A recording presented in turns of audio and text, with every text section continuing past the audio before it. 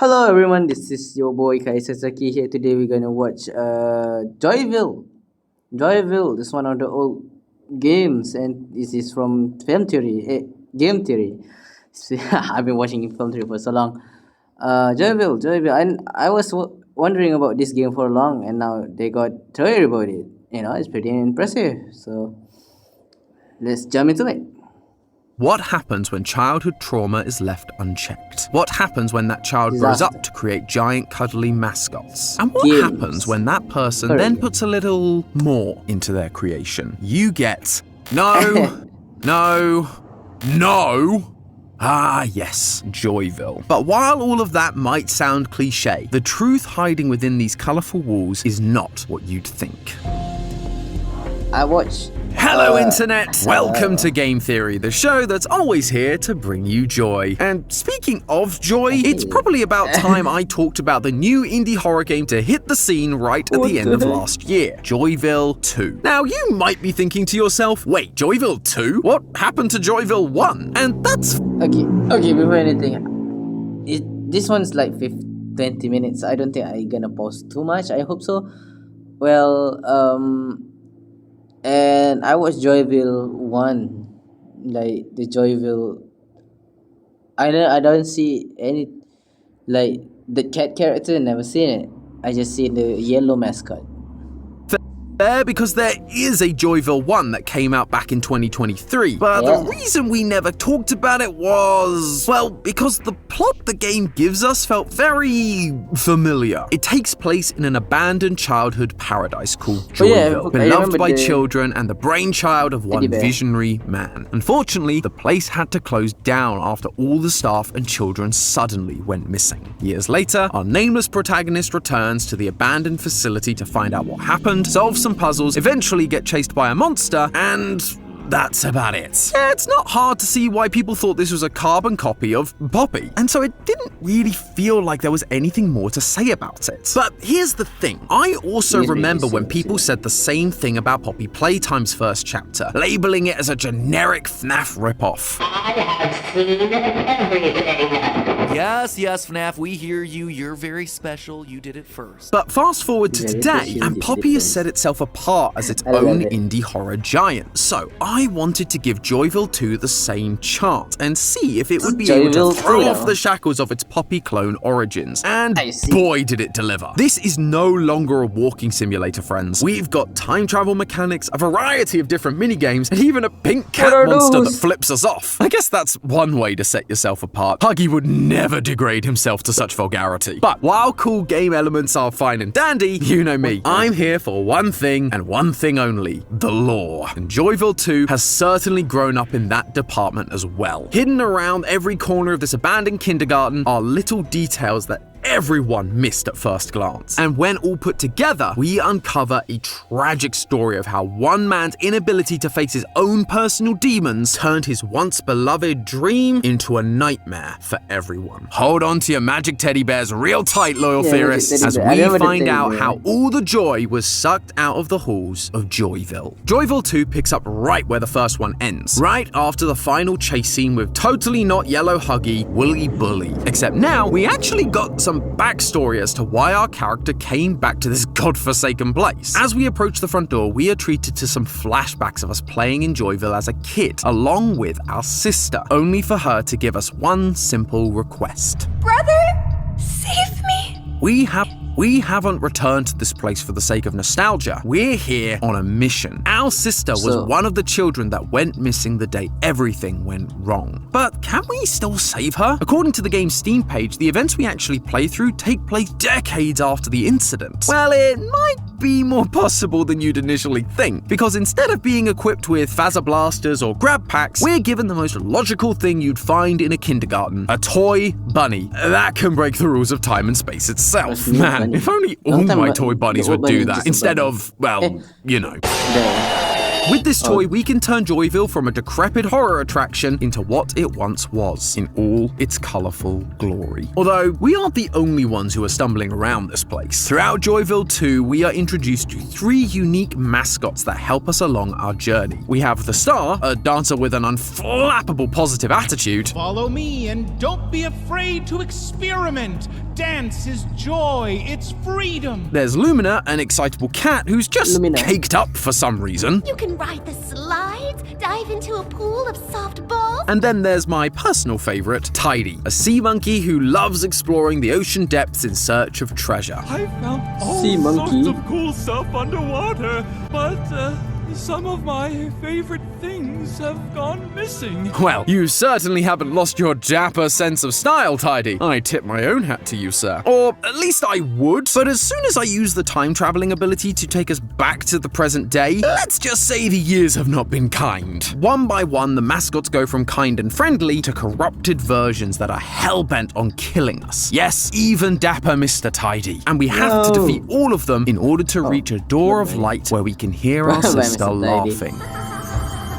We're blinded by the light, and the game ends. Always with the cliffhangers. That is basically everything that Joyville Just tells us nothing. about its story. And immediately you can see there's a bit more going on here than in the original Joyville. However, it's the stuff they don't tell you that really scratches that theory itch. One of the first questions I always ask myself is, when does this take place? It might feel like a simple or even boring question, but it can tell us a lot about the universe we're in. And when it comes to Joyville, we might be a little further out than you might initially think. At first, I was focused on this old school rotary telephone that you can find in a secret room, as these stopped being produced sometime in the late 1970s. But then you also have this cool DDR looking machine in one of the employee offices, and DDR was first released in the late 90s. Is this another instance of old school businesses developing technology that shouldn't have existed for several more decades? That's where I was leaning, until Tidy showed me this. This is crazy. I've never seen anything like it before.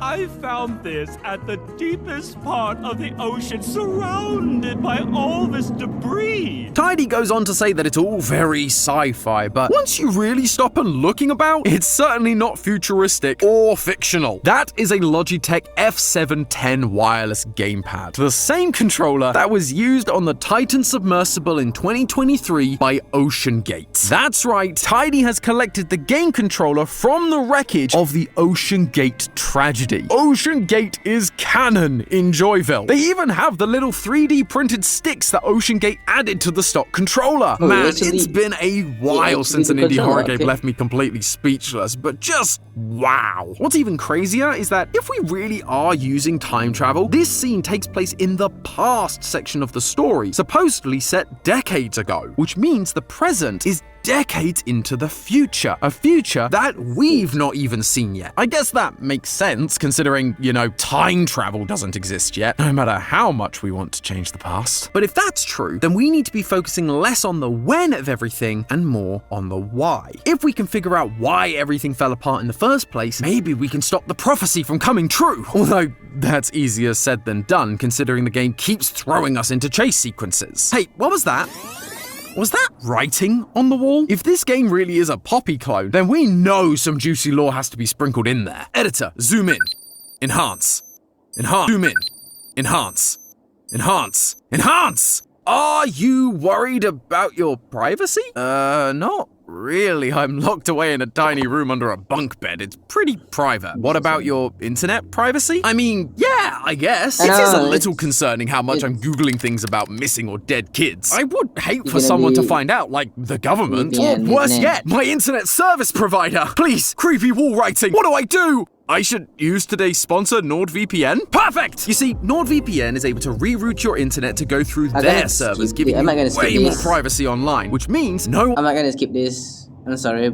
VPN for sponsoring this episode, and thank you Wall Writing for telling us about it. Now, what other secrets are you hiding? I kinda went in expecting these to be your classic lore drops like the Hour of Joy, or even more generic warnings like turn back now. However, what we got instead is just, well, it's just sort of mean. You're a joke to everyone. They'll Wow. never accept you. You're Oh. so gullible. Weakness I am. is your Sorry. only trait. Those are very antagonistic and and very targeted lines. And in Lumina's section, we seem to find out who they're targeted at. Do you miss me, brother? Brother? The only brother we know is, well, us. Are these being written by our sister? These lines are placed right in our face in the most intense part of the game. It would make sense for them to be aimed at us. Although you're not exactly giving me much incentive to save you. But maybe much like how time has slowly corrupted the once happy-go-lucky mascots, whatever evil befell this place has slowly corrupted our sister as well. The trouble is, the writing is all different. The writing appears during each chase sequence with one of the mascots, but each time the writing uses a different font, implying that these mean messages aren't just from one person, but several, almost as if it's the mascots themselves writing them while trapped in their rooms. That brother line specifically comes from Lumina's chase scene, so maybe she is our sister turned into a monster? It's compelling and it definitely fits with other games in the genre, but after going through every single message, two of them completely upend that idea. You can't hide from me, Harrison, and just give up,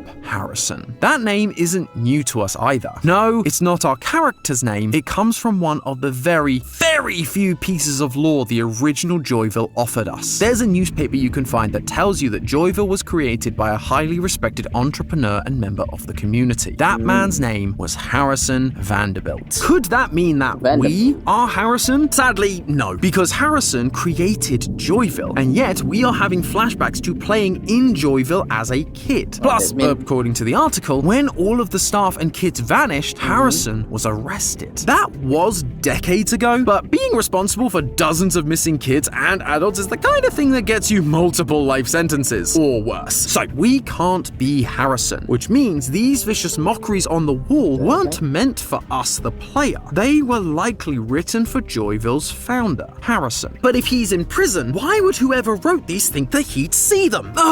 It just, every time I think I have something, it just doesn't seem to make sense. How am I supposed to write theories when... Not now, I'm busy. What? Oh, an update for Joyville 2? Okay, sure. Wonder what's so important it needs to happen now a few days after release. Patch 1.0.3, new content. Added 7 interactive radios to uncover more about the universe's lore. What? This is exactly what we need. Oh, Steve, I could kiss you. I won't. I learned that lesson from Monica. So, what do these radios have to say? Yes, I do learn that listen to the DLC. The creator of Joyville, a man whose dream turned into a tragedy for many. Oh, buddy! This sounds like it's about to be the setup for a classic villain origin story. But the more you listen, the more tragic Harrison becomes. Harrison's life began like many others, with people in his childhood whose actions left deep marks. Not all of these marks were born of love. Some were shadows that seeped into his soul. As we listen, we learn that there were 3 such people who ended up having a negative impact. I don't even, I can't, just First can't was his remember older the name sister, of who it. used to use manipulation to control and belittle him. Her attention wasn't born of affection, but of a cunning desire to exploit his mistakes and weaknesses. And while his sister was extremely hostile, his mother was cold and distant. Her care for her son never eclipsed her other interests. After his birth, she appeared indifferent, leaving Harrison with a sense of insignificance that followed him throughout his life. The third negative influence on Harrison's life goes unnamed in the recordings, but that doesn't make them any less important. This individual, embodying discipline and harsh perfection, treated Harrison with a cold detachment. To him, Harrison was an object, something disposable. Perhaps this was some sort of teacher or coach or mentor that was particularly harsh on Harrison for even the smallest mistakes. And with horrible people like that in Harrison's life at a young age, you'd probably understand if he grew up to become a bitter, broken man incapable of love. But that clearly wasn't the case. According to these recordings, it was because of his rough childhood that he wanted to create Joyville in the first place. Years later, Harrison's desire to create Joyville was driven by a yearning to provide children with what he lacked in his own youth.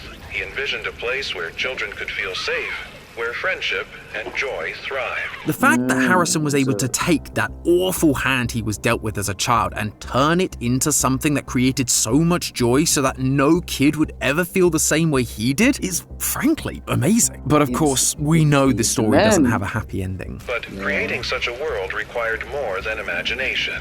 It required Harrison to breathe life into his creations. unknowingly That's infusing them with lying. parts of himself, parts he didn't fully understand or perhaps feared. Uh-oh. I've played enough indie horror games to know where this is going. The Exactly. mascots of Joyville became more than just companions for children.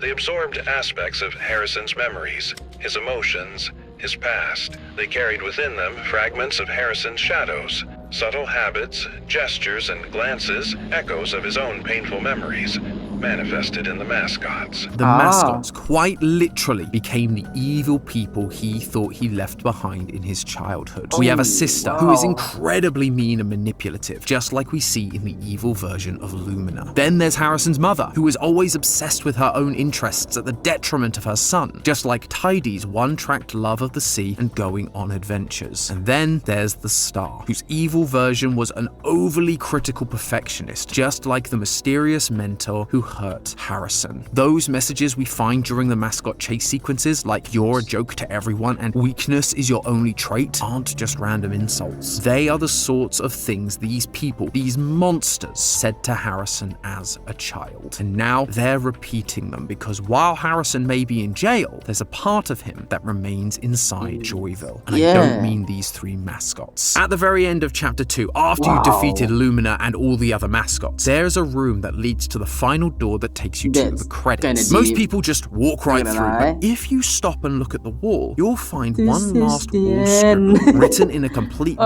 different font than we've seen from the mascots. It says, "Hello, future me." Now, in a game with time travel mechanics, this made me reconsider the idea that we may be playing as Harrison. But then I noticed everything that was happening in the room leading up to this point, and admittedly, it feels really out of place. After the climactic final boss fight with Lumina, and after walking through a bunch of testing rooms where all the characters were created and studied, we have this very easy puzzle. All you do is mix some colorful liquids together based on a clearly visible recipe. But what caught my attention wasn't the puzzle, it was the colors of the goo we were mixing. We mix goo that is pink, purple, and green, the same three colors as the three main antagonists from this chapter. And for some reason, when you mix pink, purple, and green together, you get yellow. Now, I've watched enough of those satisfying color paint mixing TikToks to know that that is not how that works. However, given these all seem to be linked to the mascots, there is one mascot we've not really talked about that would fit this yellow coloring. Woolly Bully, the mascot who chases us around in Chapter 1 and who is suspiciously missing from Chapter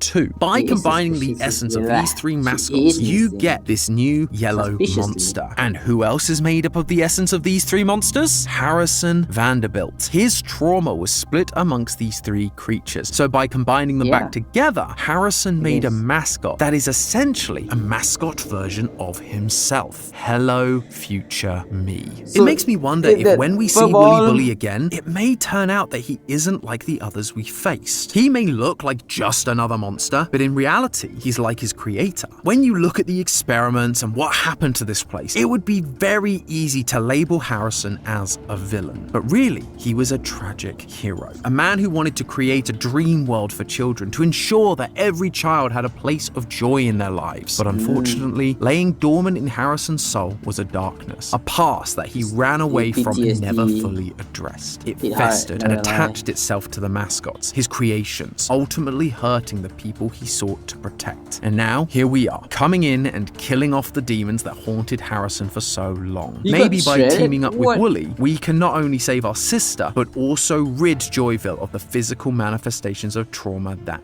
destroyed it. And I think that's a really good message for us to take away from this story. We all have our metaphorical demons in our pasts. Some big, some small, but we can't run away from them forever. Otherwise, they will fester and begin to not only hurt you, but everything and everyone around you. Joyville is what happens when those demons are left unchecked, turning the most noble of dreams into a living nightmare. But by working together with someone else, we can overcome our demons. Whether it's a close friend, a family member, or a licensed therapist. By talking through this stuff, it can immediately have less of a hold on you and those around you. I started doing that a few years ago, and without it, I literally wouldn't be here talking to you today. That and Theorist would probably be full of these weird, creepy mascots that are just mean and horrible for no reason.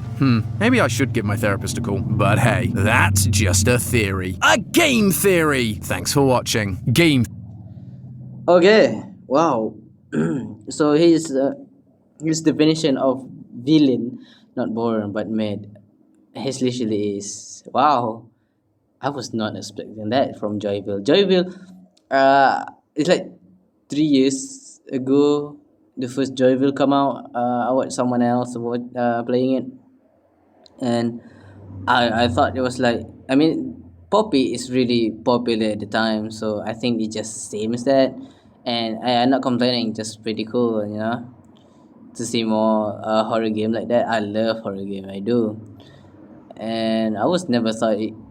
What fun about this thing? It's almost the same concept. It's just the same concept, but the way it leading to that concept is different. The law of to be that timeline is different from game to game to game. So I gonna say the props to the game developer. I guess it's really good.